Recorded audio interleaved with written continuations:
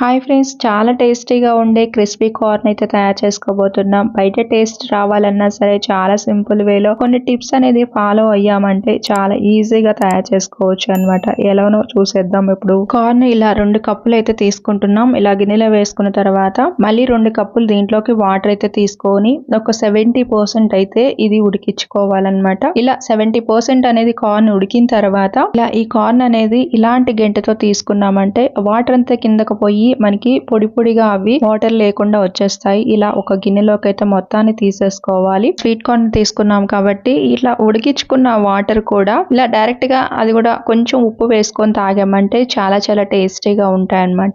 ఇప్పుడు next process చూద్దాం. ఈ స్వీట్ కార్న్ అనేది ఇక్కడ మనం 70% ఉడికించుకున్నాం కదా. ఇప్పుడు ఇలాగా వాటర్ అంతా కూడా ఏమి లేకుండా చూసుకోవాలన్నమాట. ఇప్పుడు దీంట్లోకి మనం కార్న్ ఫ్లోర్ అయితే ఒక 3 స్పూన్లు అయితే తీసుకుంటున్నాము.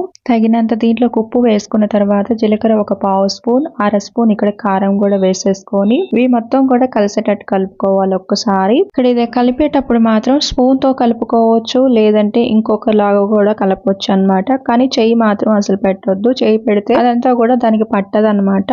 ఇప్పుడు చూస్తున్నారు కదా, అలా స్పూన్ తో కానీ లేదా ఇలాగైనా కలుపుకోవచ్చు.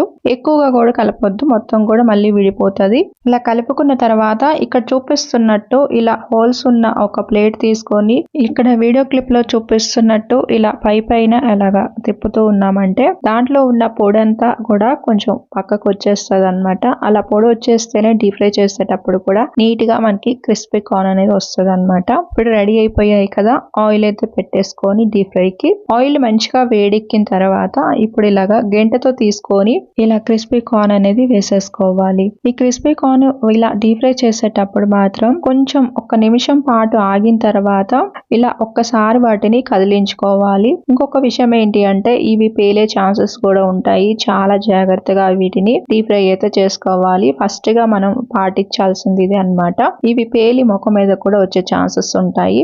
ఎక్కువగా భయపడాల్సిన అవసరం లేదు. ఇవి డీప్ ఫ్రై చేసేటప్పుడు ఒక ప్లేట్ అడ్డం పెట్టుకుంటే మనకి సరిపోతుంది. ఇవి డీప్ ఫ్రై కూడా లైట్ అండ్ గోల్డెన్ కలర్ లోకి వచ్చిన తర్వాత తీసుకోవాలి.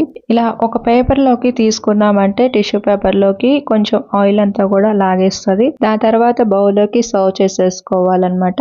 ఇప్పుడు దీంట్లోకి చాట్ మసాలా అయితే ఒక 1/2 స్పూన్ అయితే వేసుకొని గుప్పెడు కరివేపాకు కూడా మనమైతే ఇక్కడ డీప్ ఫ్రై చేసుకొని అది కూడా ఆయిల్లో ఒక గుప్పెడు అయితే ఇలా వేసేసుకోవాలి. అప్పుడు టేస్ట్ బాగుంటది. ఇలా చేత్తో కాకుండా గెంటతో కానీ లేదా ఇలా చూపిస్తున్నట్టు ఇలా కానీ కలుపుకుంటే అవి మంచిగా కలిసిపోతాయి అన్నమాట. చాలా చాలా టేస్టీగా ఉండే అది కూడా ఇంట్లో మంచి ఫ్రెష్ ఆయిల్లో ఇలా డీప్ ఫ్రై చేసుకున్నామంటే చాలా చాలా టేస్టీగా ఉండే హెల్దీ క్రిస్పీ కార్న్ అనేది రెడీ అయిపోతుంది.